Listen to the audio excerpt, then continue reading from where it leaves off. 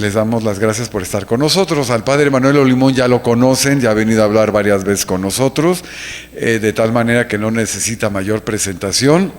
Simplemente darle las gracias por estar aquí con nosotros, porque aprendemos mucho con sus puntos de vista.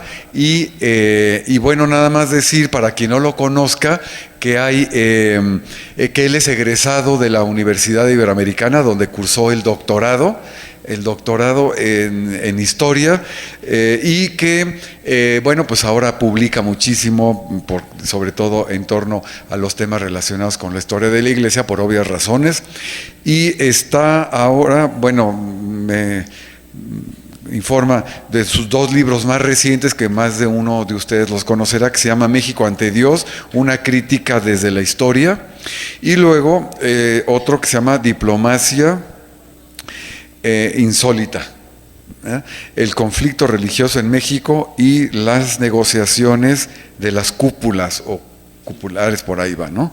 Bueno, entonces su punto de vista en este particular ciclo de conferencias, pues nos es muy grato para ver la postura de la Iglesia. Así que, Manuel, muchas gracias y bienvenido. Muchas gracias a ti.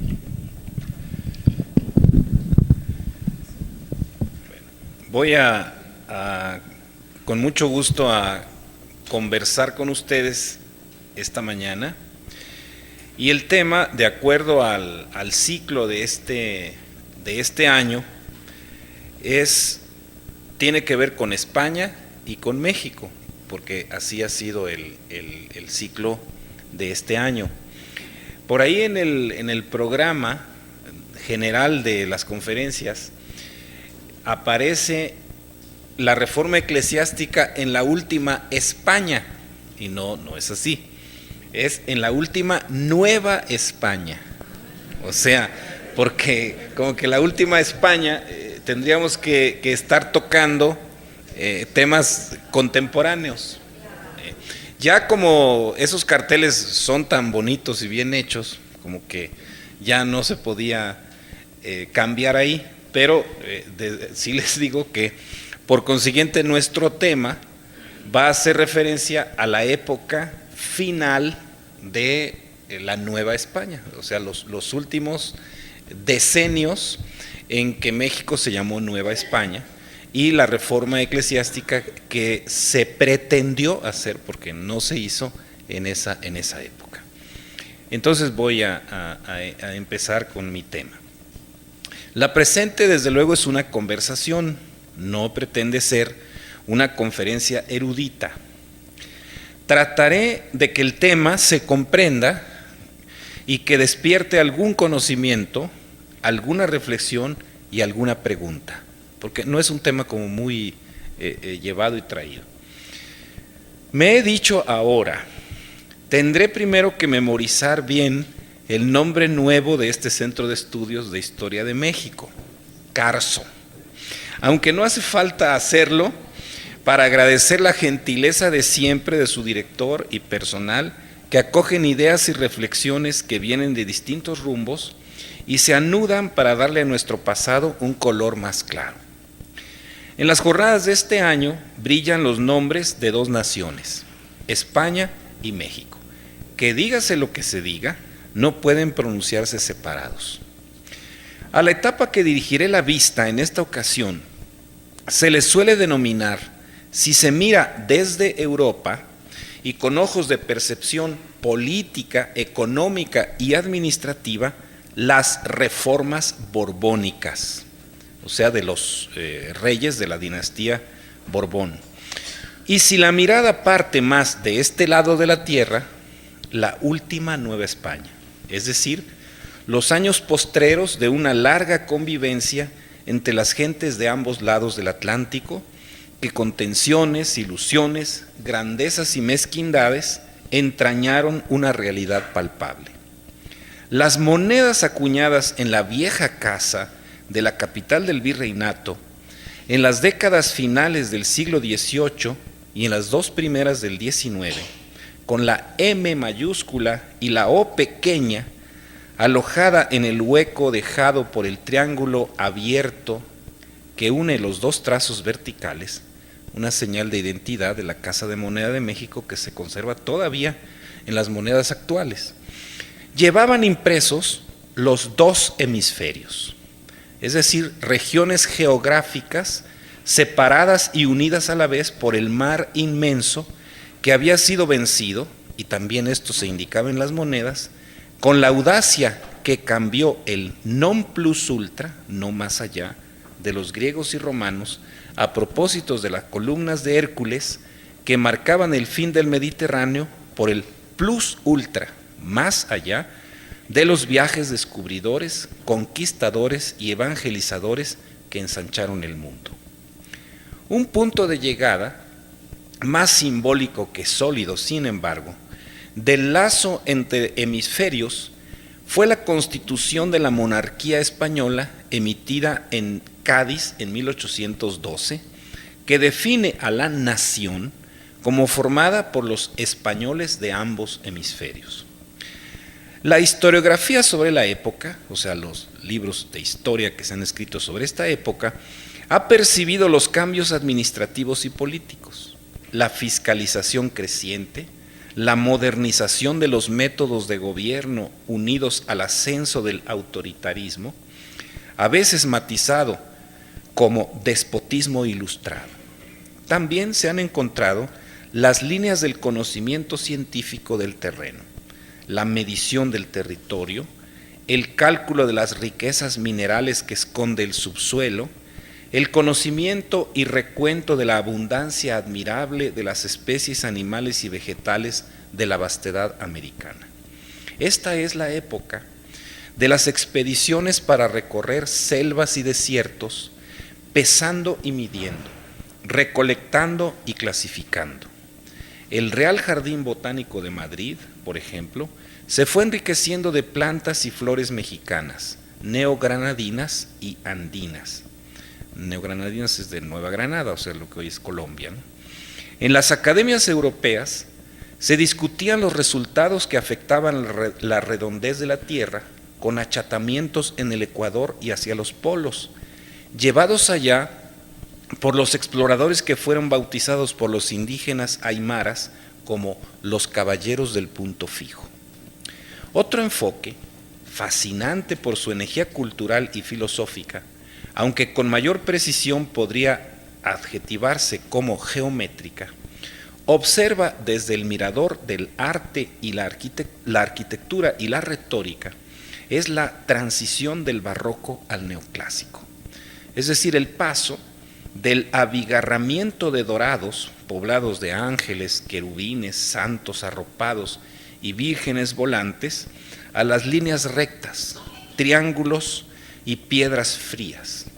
De la audacia de los sermones guadalupanos que hablaban de la transmigración de la iglesia de Guadalupe, por ejemplo, o del milagro inmarcesible y prodigio continuado, a la austeridad lineal de un sermón del arzobispo Lorenzana sobre la devoción mariana sin aludir a lluvias de flores o a curaciones milagrosas.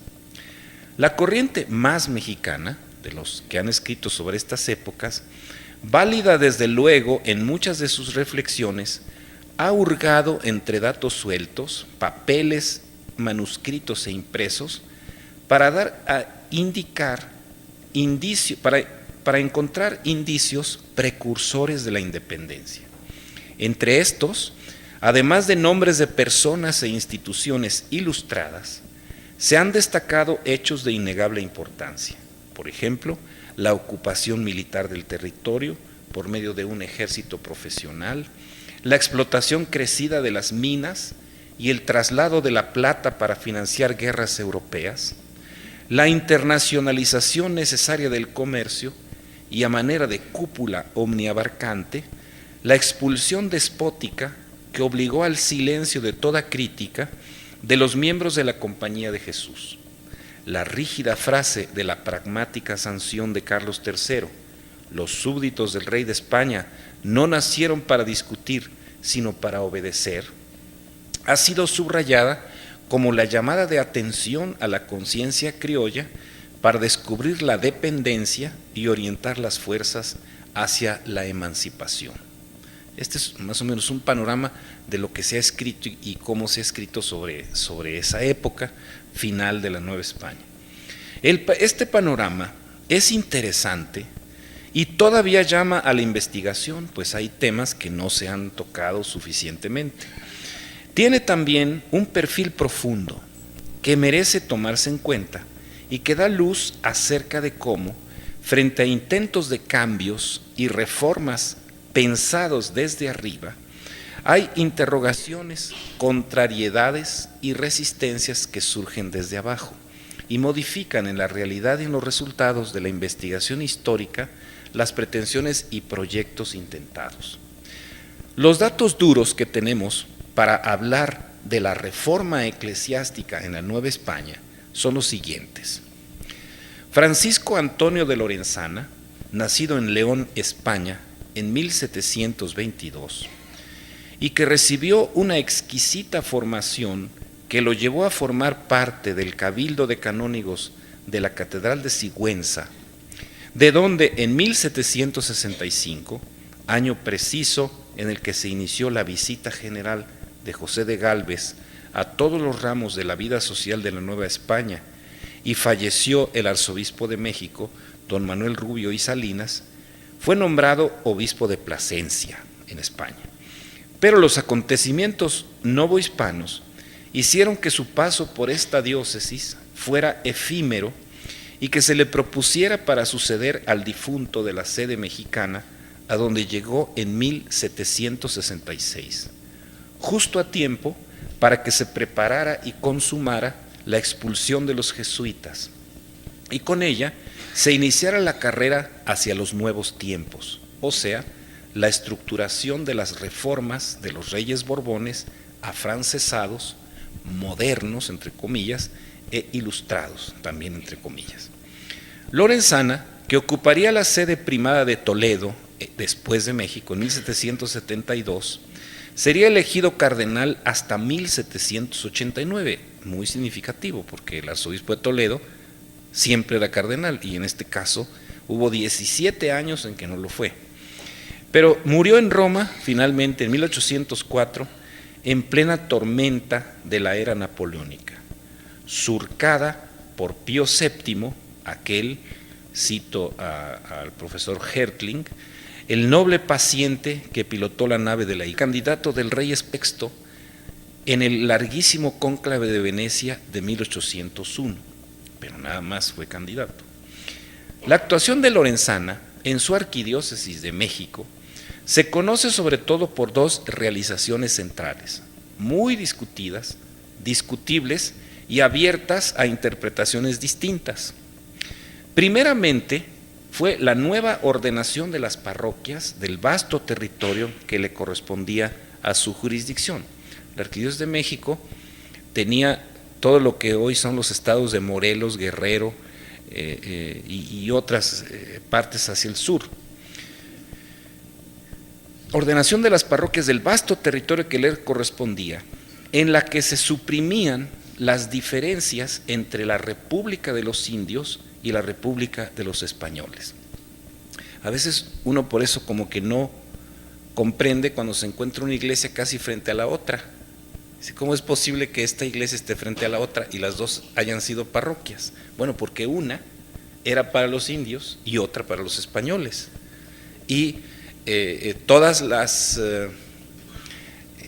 formas eran diferentes. Ahora nos suena como algo discriminatorio, pero en aquellas épocas, por ejemplo, las leyes que tenían que ver con la Inquisición no se aplicaban en la parroquia de indios, por ejemplo. O los tributos que tenían que pagar los españoles no eran los mismos que tenían que pagar los indígenas. De manera que esas dos repúblicas no necesariamente había que interpretarlas como las interpretamos ahora, como discriminatorias, sino como diferenciadas. Bueno, ¿y por qué? Porque además, al suprimirse la diferencia, las parroquias de indios perdían la tutela que los indígenas tenían por los miembros de las órdenes religiosas, que éstas venían desde el siglo XVI, y también los privilegios y exenciones corporativas de cofradías y gremios. Por esto es conocido el arzobispo Lorenzana.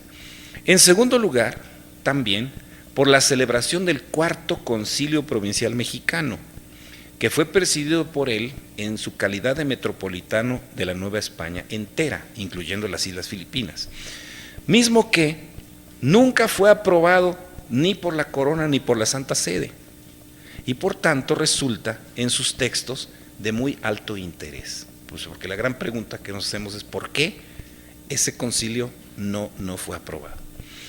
Las interpretaciones de la reforma eclesiástica a la que nos referimos, frustrada en buena parte de sus intenciones, han desviado la atención del proyecto mismo y las perspectivas que presentó, porque como no funcionó, todo es echarle la culpa de que por qué no funcionó, pero difícilmente nos hemos metido a ver en qué consistía esa reforma. Fechas, relaciones, políticas parecen establecer un vínculo sólido y tal vez una dependencia entre el proceder borbónico y los pasos del arzobispo. Siempre se ha dicho, el arzobispo seguía las órdenes del rey. Vamos a ver si es cierto. Pero esas coincidencias de cierta profundidad, no digo que no, y la ubicación dentro de la corriente jurídico-teológica identificada como galicanismo o regalismo, es decir, el que el rey fuera dominante dentro de la Iglesia, de tradición francesa, que inclinaba hacia la autoridad del rey y las cuestiones eclesiásticas. Por consiguiente, según esta interpretación, todo lo que Lorenzana hiciera tendría que tener esa justificación teórica. Lógicamente que, por ejemplo, la convocatoria hecha por el rey Carlos III en 1769 para realizar concilios provinciales en los dominios hispánicos, primero en ultramar, Nueva España y Perú, y más tarde en la península, no pareció tomar en cuenta a las instancias romanas, sino que partió de una cédula real que asumió el nombre de origen medieval de Tomo Regio.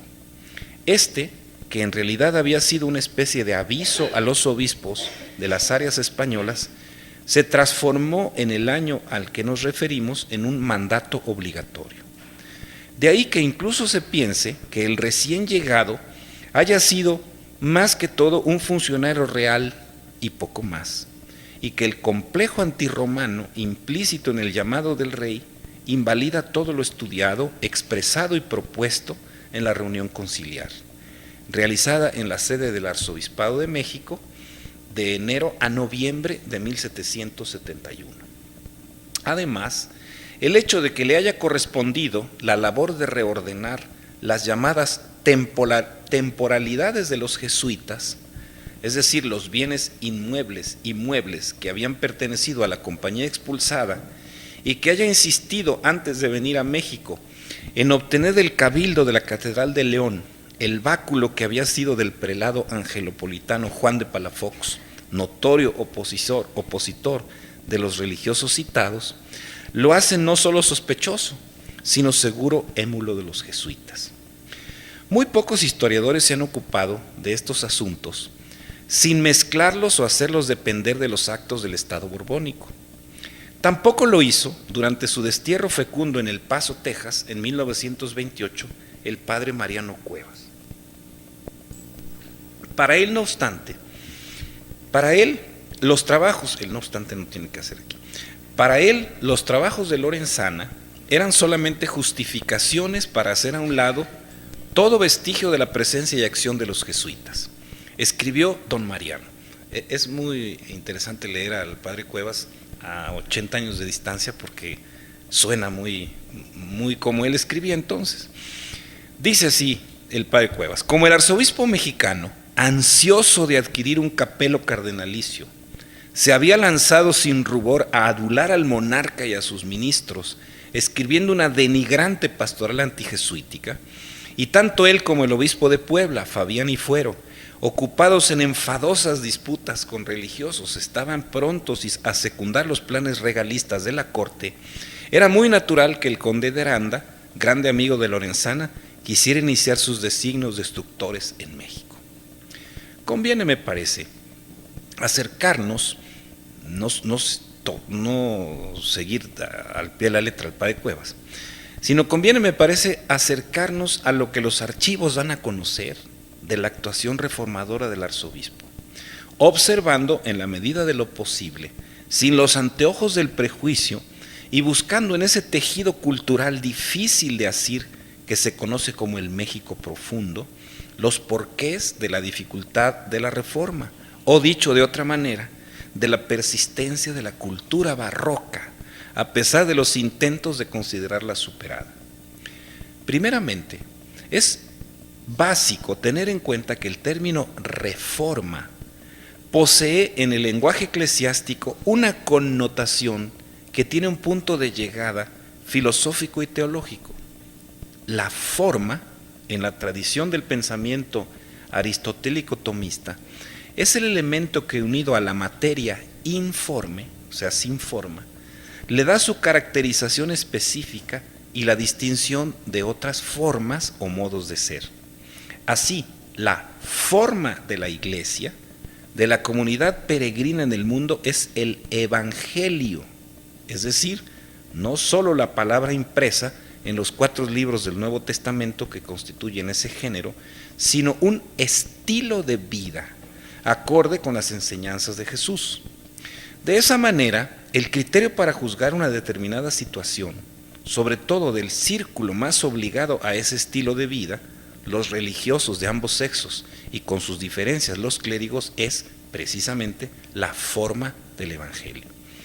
La vida de la Iglesia bajo esta luz puede resultar deformada, o sea, lejana al Evangelio, y en ese caso requiere de una reforma, es decir, de una vuelta a la forma originaria.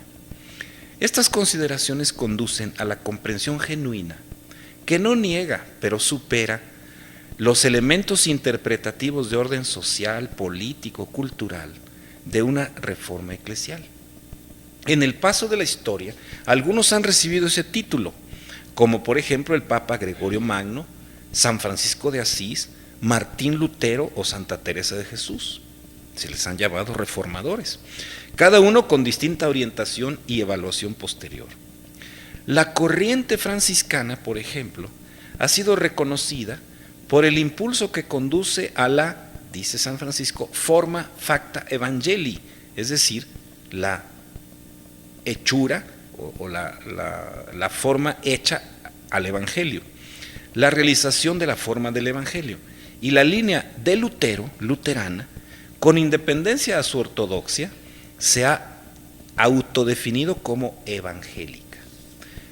De las órdenes religiosas que se han fundado en el paso de los siglos, solo a la de los cartujos, formada solo por un puñado de hombres que han podido comprender el silencio elocuente y la soledad profunda como comunión con Dios y el mundo, se ha podido decir, solo de esta orden se ha podido decir, nunquam reformata qua nunquam deformata, es decir, nunca ha sido reformada porque nunca se ha deformado. Pues es muy fácil, porque nunca han pasado de ser 60 en más de 1000 años, y además como no hablan, pues de qué se deforman. Pero por eso es de la única que se puede decir esta cuestión. Bueno, el paréntesis de estos últimos 2 párrafos mejora sin duda nuestra claridad de visión ante los documentos que han quedado de las líneas de reforma en las instituciones eclesiásticas de la última Nueva España, sobre todo los del Cuarto Concilio Provincial Mexicano. Las actas de la citada asamblea, editadas en forma completa y cuidadosa apenas en 1999, dan un panorama que evalúa de manera amplísima la situación vigente en 1771 y analiza razones, pretextos, dificultades, posibilidades e imposibilidades de un cambio de fondo. Contra lo que pudiera esperarse, no es la brújula orientadora del texto la motivación borbónica, el antijesuitismo o el intento de control económico con el aumento de la percepción de las regalías. La columna vertebral es el Concilio de Trento, guía de la Reforma Católica en medio del mundo de la incipiente modernidad y el ascenso fatal del absolutismo. Concilio que, si algo reforzó, fue la autoridad papal, y que, para el logro de sus fines sustanciales, instrumentó la actividad y el pensamiento ágil y transcultural, se diría hoy globalizado, de la Compañía de Jesús, así como la reforma del clero diocesano llevada adelante, sobre todo por la incardinación, un sistema jurídico que evitaba que hubiera sacerdotes de mera devoción y sin responsabilidades pastorales, y la formación obligatoria que debía recibirse en los seminarios. Todas estas dos instituciones fueron fundadas por el Concilio de Trento, que por eso se titulaban, y todavía se titulan, conciliares o tridentinos. Todavía el seminario de la Ciudad de México se llama Seminario Conciliar de México por el Concilio de Trento, y el de Morelia se llama Seminario Tridentino de Morelia por el Concilio de Trento. Tridentino es lo referente a Trento. El apoyo estructural de los documentos de 1771 está dado por el Tercer Concilio Provincial Mexicano de 1585, base de la legislación canónica vigente en la enorme provincia eclesiástica de México. Lorenzana, casi a su llegada a México, ordenó la republicación de esos concilios del siglo XVI. Esta base, lejana ya entonces en el tiempo, habían pasado casi 200 años, y en el modo de relación entre el poder real de los monarcas de la Casa de Austria y la Santa Sede con el absolutismo borbónico, constituía la aplicación concreta al nuevo mundo de los decretos tridentinos y era por tanto ley obligatoria en los reinos hispánicos. Como lo hizo notar la tesis ya clásica de Monseñor José Yaguno, un jesuita que fue obispo de la Tarahumara, él hizo una tesis que se llamó La personalidad jurídica del indio y el Tercer Concilio Provincial Mexicano, en 1963. Los indígenas debían recibir una protección especial, que se ordenaba hacia su rudeza, debilidad e inclinación a la timidez y pusilanimidad.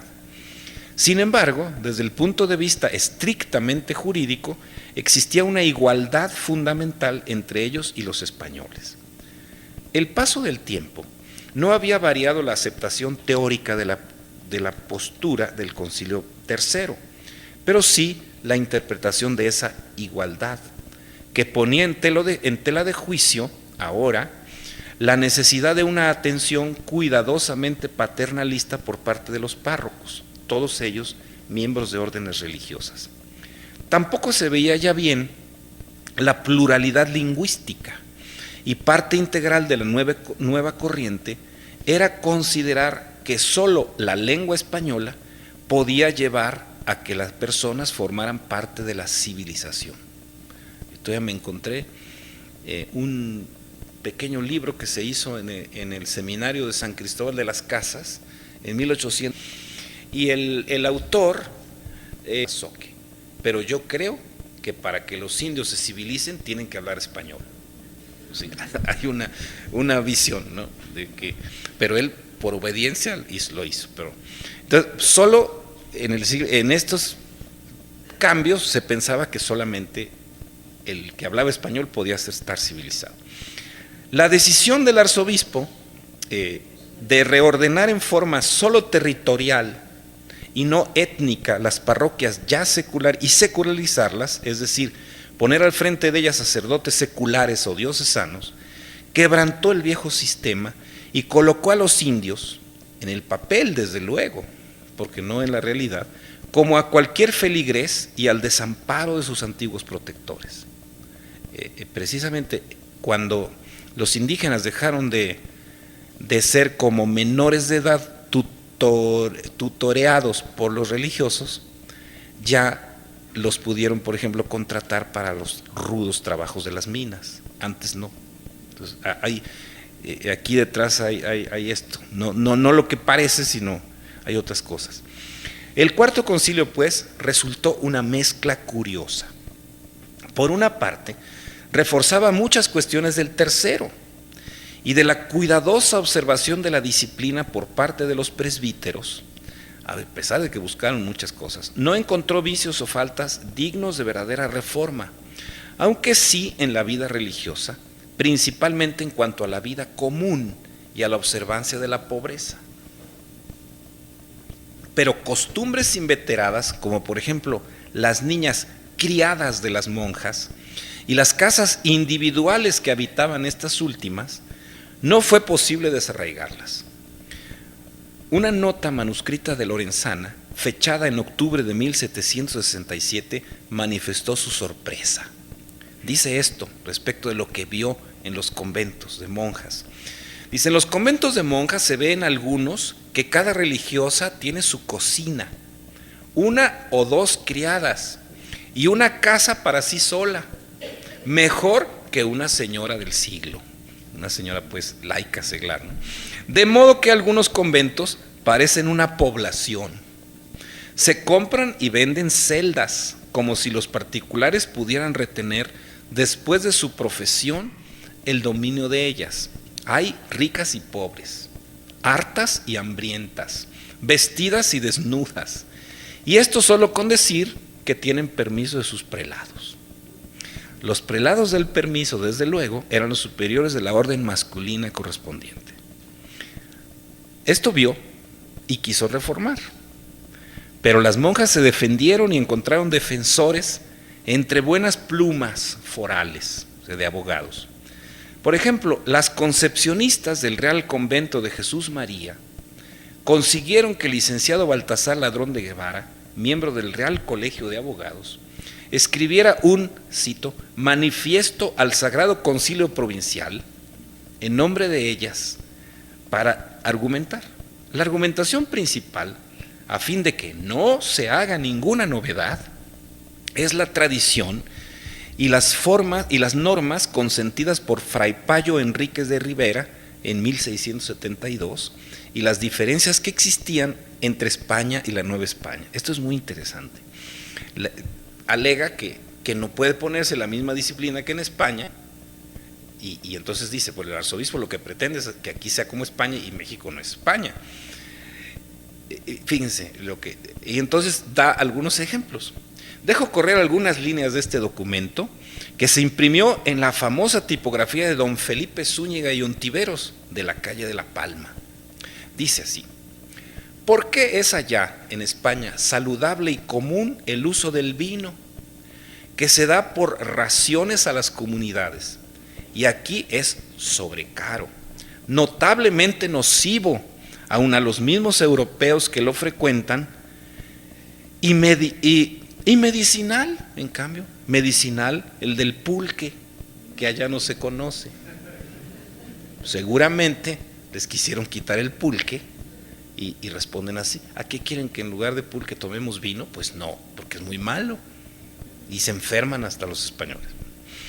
Luego, ¿por qué se gasta el pan de trigo o de centeno que cada uno hace amasar, sin hacerse otro uso del maíz que para las bestias en España? Y aquí es esta semilla el común auxilio de los más pobres para su atole y sus tortillas. Como diciendo, comer tortillas, atole y todo eso no es faltar a la pobreza, sería faltar a la pobreza hacer pan de trigo y de centeno como en España. ¿Por qué allá se sirven del aceite para aderezar las comidas o de la manteca de vaca? Y aquí solo de la de cerdo, aún en el tiempo cuaresmal. Fue toda una discusión si se podía en cuaresma usar la manteca de puerco o no, porque era como comer animal que no era de cuaresma. Y lo mismo, aquí habla del pulque, pero hay un tratado sobre el chocolate, por ejemplo, que se hizo en esta época. Ahí, con esto estoy viendo que, bueno, sí, era la Nueva España, pero no era España trasladada, sino había otras cuestiones. Y aun sin otro indulto que el de la necesidad, se puede, o sea, la pura necesidad, pobres los lacticinios, que ahora ya los pobres no pueden tomar leche, pero entonces sí, era de pobres tomar leche. Respecto a la comida y el vestido, tomados del común, se expone. Es que la costumbre, digamos, de las casas religiosas muy observantes era que la ropa era común. Me imagino que dependiendo de la talla, pero era común, no podía alguien guardar su propia ropa o tener sus propias vestimentas, sino tenía que tomarlas del común. Y dice, respecto a la comida y el vestido, tomados del común, religiosas ni a sus conventos, comer de un caldero y vestir de una ropería. Así como todas de la misma olla, no. Bueno, el abogado prueba de esta manera que lo que en España puede manifestar pobreza y observancia, en la nueva y diferente España no lo manifiesta. Y aquí es donde se ve que la reforma no funcionó, porque se quedaron con sus viejas costumbres.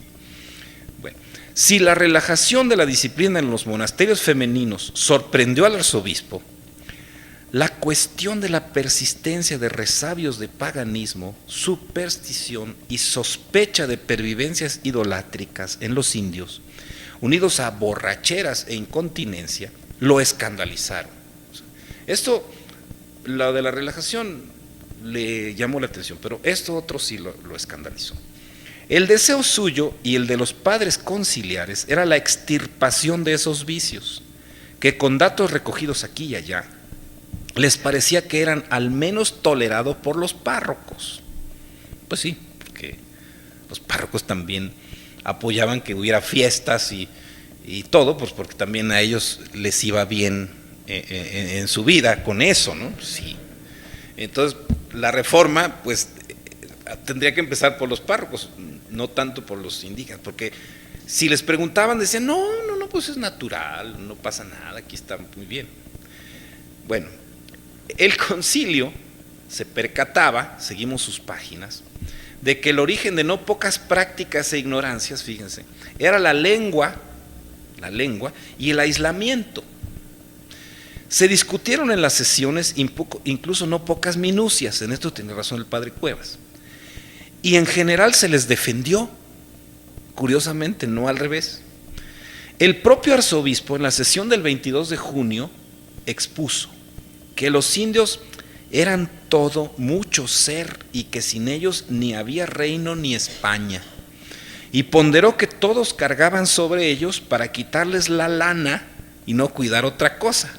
No sé a qué lana se refería. Sí, pensando que eran como las ovejitas del rebaño u otra cosa. No obstante, un largo elenco de 44 proposiciones basadas en prácticas supersticiosas, me gustaría podérselas leer, pero son muchas, observadas en distintas poblaciones, realizado por el oidor real de la Real Audiencia de México y asistente real al concilio, que fue el que dio más lata adentro del concilio, Antonio Joaquín de Rivadeneira, marqués de Cádiz, y escrito al final de sus disertaciones, no apuntaba en sus conclusiones sino a que con las escuelas y el tiempo aprenderán los indios el idioma castellano, y que he resuelto, él, el que venía en nombre del rey, que las elecciones de gobernadores de naturales, alcaldes, fiscales de las iglesias y demás oficios que llaman de la república, de indios, ¿verdad?, recaigan siempre en adelante precisamente en indios instruidos en el idioma castellano. Igualmente prevengo y hago saber a los indios que en lo venidero no han de usar de otro idioma que el castellano. Sí, ya mero, ¿verdad? ¿Cómo no? Mañana. Aquí fíjense que detrás de esta opinión, que no es del arzobispo, es del inspector real, o sea, el que se metió adentro del concilio sin ser parte del episcopado, sino ese sí, enviado por el rey. Es ese mito de que el saber da buena conducta automáticamente. O sea, los vamos a ilustrar y entonces ya van a dejar automáticamente sus malas costumbres. Bueno, las órdenes de Rivadeneira, en la práctica, un interventor del poder real en el interior de la reunión episcopal, fueron ocasión muy entendible de molestia y en el fondo de rechazo por los obispos, comenzando por Lorenzana. El silencio que los documentos tienen sobre el pensamiento de los participantes eclesiásticos sobre esa presencia parece no indicar otra cosa sino el architradicional, se acata pero no se cumple, de la cotidiana práctica de las actitudes novohispanas frente a los destellos de claridad absolutista peninsular. Regalistas los miembros del Cuarto Concilio, encabezado por Lorenzana, antijesuitas, tal vez. Pero la asamblea fue ocasión de un acercamiento a la realidad que si un adjetivo merece es el de pastoral, por encima de otro, como podrían ser político, ilustrado o secularizante. Los acontecimientos que siguieron y la cadena de hechos y pensamientos, de edificaciones culturales en persistentes colores barrocos, es decir, el barroco siguió y sigue, atrasaron, sí, toda modernización, amable para los que reconocen la historia, o sea, los historiadores, solo como un paso mágico de una cultura oral y teológica, dicen, a otra letrada y racional, pero eso lo tienen ellos en la cabeza. Pero en realidad fueron y son huellas de una identidad profunda que nos pertenece por igual a los de una nación situada en ambos hemisferios. En cuanto a Lorenzana, creo que su intención de reforma de la comunidad eclesial, y más en concreto del clero y las religiones, era sincera y brotaba de un interior poblado de auténtica espiritualidad. Y aquí voy a poner una cita que da a conocer esta realidad del arzobispo. El 26 de octubre de 1773, ya como primado de España en la sede toledana, propuso al cabildo de su catedral suplir con un carro de espléndida factura y riqueza la estructura para llevar en hombros de sacerdotes, a veces de dudosa conducta e incluso falsos, la custodia del Santísimo Sacramento en la procesión festiva del Corpus Domini. Aquí se muestra su celo. Dice así, es una carta que le envía a los canónigos de Toledo desde Madrid para que aprueben este cambio. Unturas de Villalpando, que están en la sacristía de la Catedral de México, que se llama el carro de la iglesia, ¿no? Es decir, está tomado de un carro para llevar el Santísimo Sacramento, porque las custodias eran pesadísimas, pesaban, no sé, media tonelada. Entonces, para que la cargaran en hombros, necesitaban pues casi Hércules o Atlas, ¿no? Entonces hacían trampa y revestían como sacerdotes a fortachones del pueblo que no necesariamente eran los más santos, ¿verdad? Entonces él dice, mejor en lugar de eso, y ahí es donde se ve, digamos, su espíritu de reforma, prefiero un carro que esta gente. Bueno, dice así la carta: habiendo premeditado con la mayor reflexión que la práctica observada en esa mi santa iglesia primada de llevarse la custodia del Santísimo en la procesión del Corpus en hombros de clérigos sacerdotes por lo común extranjeros, sospechosos y no conocidos, no corresponde a la gravedad, autoridad y majestad que resplandece en todo el culto divino. Hay dos medios para el remedio. Uno, el demandar que sean clérigos de esa mi santa iglesia o de la ciudad, y esto no es asequible aunque se les dé buena dotación, por el grande peso de la custodia. Mal crédito de los que antes la han llevado y número crecido que es necesario para alternar. Otro permitido y concedido para las iglesias de nuestra España es el hacer un carro magnífico al modo que se lleva a Nuestra Señora del Sagrario, con su gran trono y a los cuerpos de San Eugenio y Santa Leocadia, con los muelles y resortes correspondientes, para que al subir o bajar no pierda la custodia el equilibrio. Bueno, termino. La reforma intentada fue resistida. El espíritu de ella, unido con intimidad a la personalidad discutida de don Francisco Antonio de Lorenzana y Buitrón, quedaría latente a través del último tramo novohispano hasta el complejo y tenso primer tiempo mexicano. La Iglesia, forma facta evangelii, hecha a la manera del Evangelio, será en todo momento ideal, utopía, pero trazo definible por sus mejores miembros. Muchas gracias. Esto era lo que...